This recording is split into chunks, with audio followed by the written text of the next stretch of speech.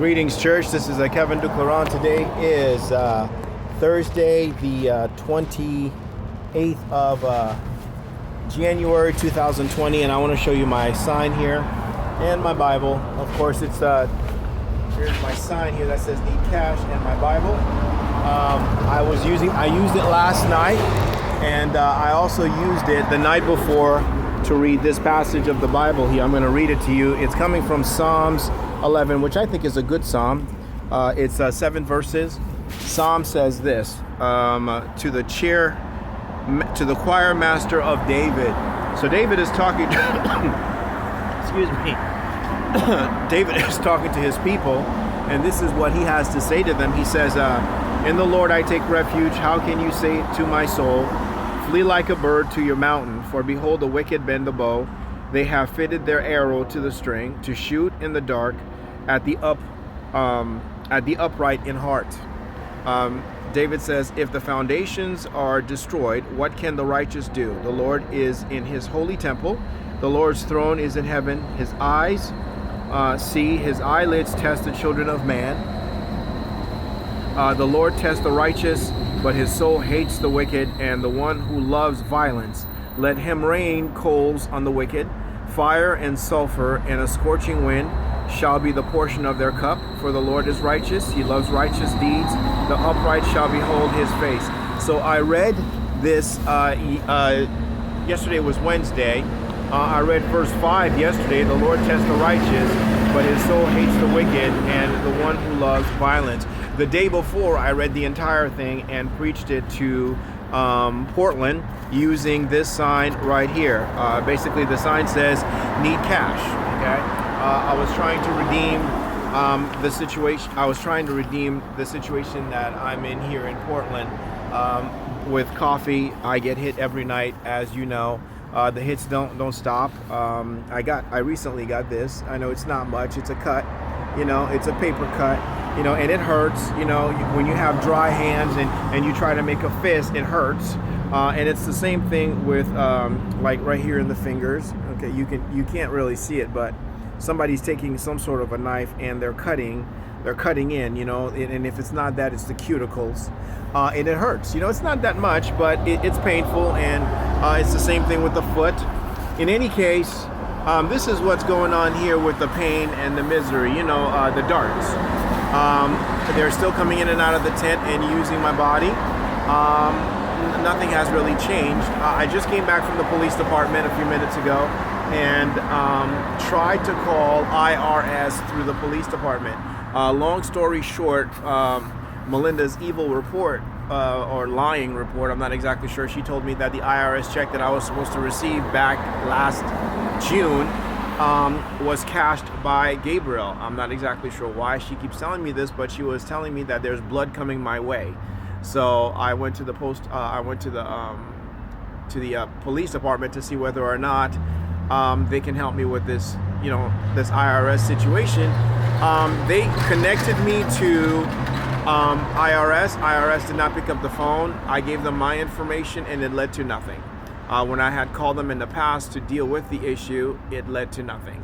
So I'm not exactly sure why blood is coming my way, but apparently the check for $453 was cashed. What I was told was Gabriel got most of the money. I don't know what happened to the rest of the money. Something went through, you know, I guess hands changing. I'm not exactly sure how, but there's blood. What does that mean? I don't know. That means me getting cut, and I was kind of irritated at the whole fact that, you know, the post office receives the mail, and who did they give? Who did they give the check to? I don't know. Why is it that they're not giving me the checks? Because they hire workers that look like Gabriel. So that means the post office is crooked in hiring workers that look like Gabriel so that they can deter me from receiving my mail. But then the banks are crooked because they're cashing a check that has my name, but that doesn't have my signature and that doesn't have a driver's license. So all of this to say that we have a crooked government system here. And IRS, when they receive the check back, knowing that that's not my signature, yet they say nothing. So now I'm not exactly sure how all this got to Melinda, but she's saying that she's looking at it on her screen. They sent her the information, and to give to me, I take it to the police. And of course, there were 3 different people in the police that came from the police into the police department, 2 Africans, and not together, and 1 white woman, and they're all using the gay language to communicate. One of them, a foreigner, was communicating me doing that for Gabriel. The woman, I'm not exactly sure what she was saying. I wasn't talking back because I didn't know who she was and who she was representing. The guy before used the word check, but it wasn't in the context of my situation. It was in the context of his own situation, and I was supposed to read into it. So I've been expounding since last night that, we have a crooked system here. We have a crooked nation. And I read Psalms 11 to you because I wanted you to remember that passage that God hates the wicked. In Psalms, the Bible says repeatedly that God hates the wicked and God hates the crooked, right? Verse 5 says that the Lord tests the righteous, but his soul hates the wicked and the one who loves violence, and I'm saying it is in this context that God hates the wicked because they're not clean in dealing with financial issues. They're not clean in any way, shape, or form. I ended up, when I left the police department this morning, about half an hour, 45 minutes ago, I let them have my real response. I screamed it out so that the people would know, that the government would know, Multnomah County Courthouse would know there is crookedry in Portland. There's crookedry in the police department, in the post office, in the IRS building. There's just crookedness everywhere. There's dishonesty. And on top of that, John MacArthur's on the intercom, and so is Gabriel. Why is John MacArthur and Gabriel on an intercom? Why are these people still pursuing me? After 30 years of persecution and cuts and piercings, I would think that this man have had enough of my blood on his hands. I would think this woman would have had enough blood, my blood on her hand. And, they come into the tent and they have sex with my body and they pierce my body, they cut my body, they do whatever it is that they're doing, and there's no way for me to give it back. You know what I'm saying? And I've been held back all these years, and I don't understand how this is supposed to help me. MacArthur's motto was, "We train men as if lives depended on it." How is this training? Melinda says that Holy Fire Publishing had sent a check.